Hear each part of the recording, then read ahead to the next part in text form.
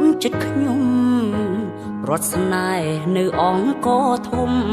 សែនទុករំដំញោមញីអោរាអោខេត្តសៀមរាប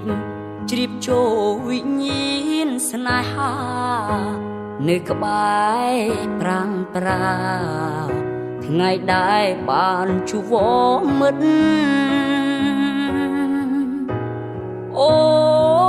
នលូបកានៅមុខប្រាសាទរូបបងទេសម្នាក់បាន